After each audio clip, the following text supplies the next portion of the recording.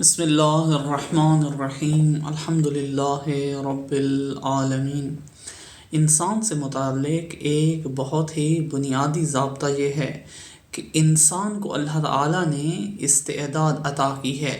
و انسان کو کمالات تک پہنچنے کے لیے لازم ہے کہ وہ اپنی استعدادوں کو بالفعل کرے۔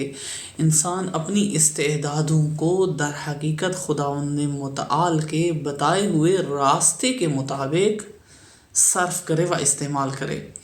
تو اگر انسان یہ چاہتا ہے کہ وہ حیات حقیقی کو حاصل کرے،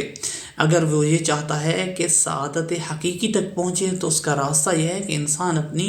ان استعدادوں کو علم و معرفت جیسی نورانی حقیقتوں سے منور کرے۔ تو یہ نفس جو ابتدا میں عقل بالقوہ ہوتا ہے، انسان کا یہ نفس ابتدا میں ان علوم و معارف سے خالی ہوتا ہے، کمالات سے خالی، تو ان علوم و معارف کے ذریعے سے، معرفت حقیقی کے ذریعے سے حیات حقیقی تک پہنچتا ہے۔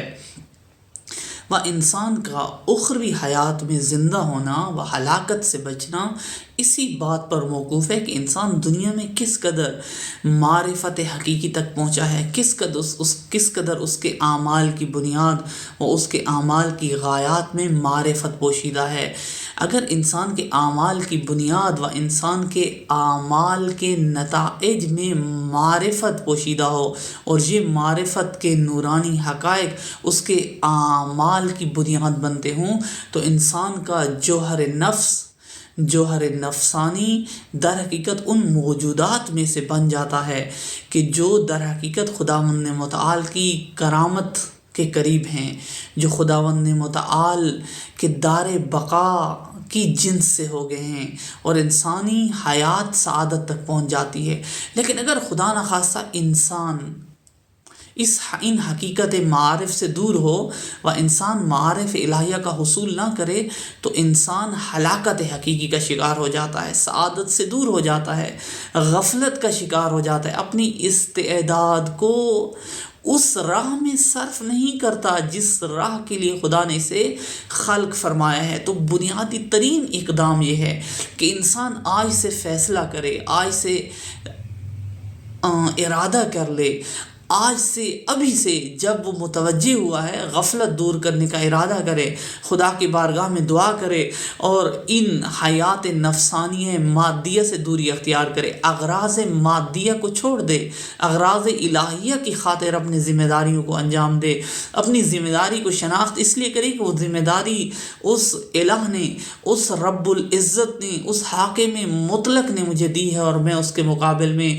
ابدیت کے مقام پر فائز ہونے کے لیے آمادہ ہو جاؤں اور اس کی ذمہ داریوں کو انجام دوں۔ یہ معرفت کی بنیاد پر ہے۔ انسان اس حیات میں معرفت حقیقی و حیات حقیقی کے حصول تک فقط علم و ادراک اور معرفت کے ذریعے سے پہنچ سکتا ہے، و انسان کی ہلاکت اس دنیا میں بھی،